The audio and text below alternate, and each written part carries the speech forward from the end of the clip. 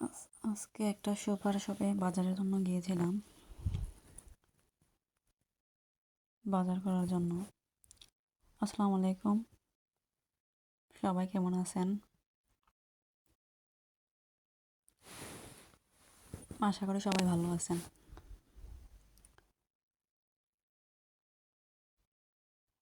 Super শপে গিয়েছিলাম ঘরের কিছু জিনিস আনার জন্য। এখানে দেখতে পাচ্ছেন সবই পাওয়া যায়। এটা একটা ইতালিয়ান সুপার শপ, সব কিছুই পাওয়া যায়। চাল, ডাল, ধরেন নুডলস, অনেক ধরনের প্রোডাক্টই পাওয়া যায়।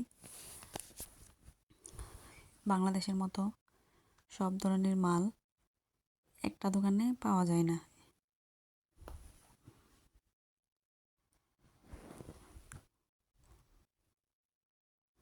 আপনার ঘরে দিন শেষে অনেক মালই লাগে।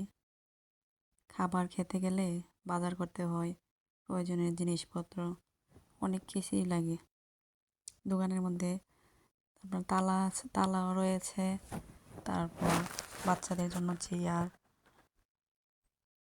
দামটা একটু ব্যবধান, কিন্তু মোটামুটি মাল সবই আছে।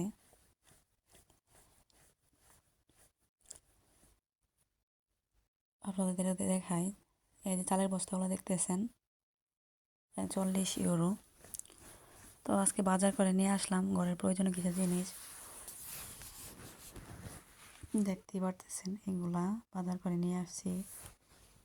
ডিম, নুডলস, একটা চালের বস্তা, পেঁয়াজের বস্তা, বাসমতি চাল, কলা, এগুলো নিয়ে আসছি।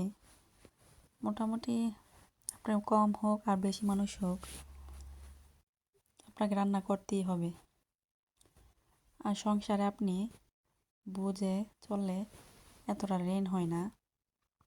যদি সংসারের স্ত্রীরা একটু হিসেব করে চলে, তাহলে ঋণ হওয়ার সম্ভাবনা কম থাকে।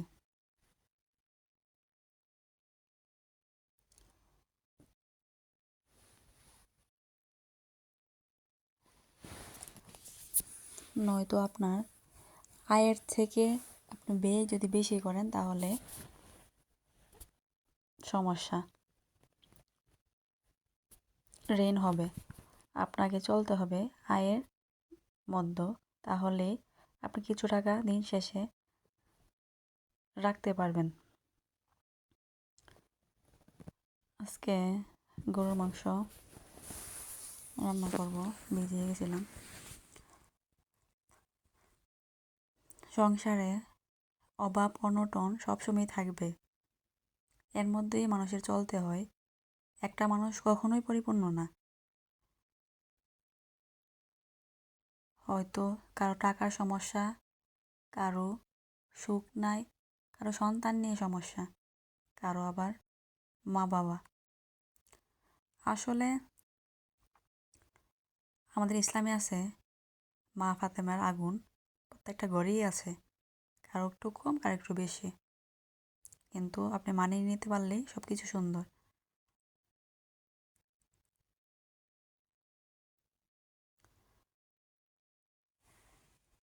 পৃথিবীতে চলতে গেলে আপনাকে একটু হিসাব করে চলতে হবে, আল্লাহর ওপর ভরসা রাখতে হবে।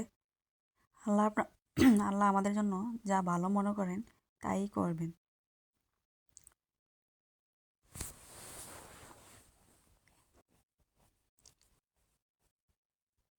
ওনার হাতেই সব কিছু। এত গাছপালা, পশু পাখি, এত কিছু আল্লাহ দিছে, সব কিছুরই খাবার আল্লাহ একটা না একটা ব্যবস্থা করেই রাখছে।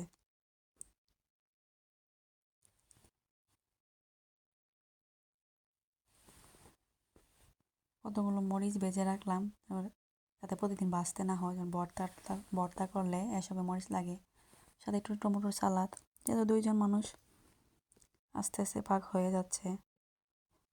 তো আপনারা ভালো লাগলে ভিডিওটি একটা লাইক দিবেন। যদি ইনশাল্লাহ আগামী পর্ব আসবো, নিয়ে আসবো। আসসালামু আলাইকুম।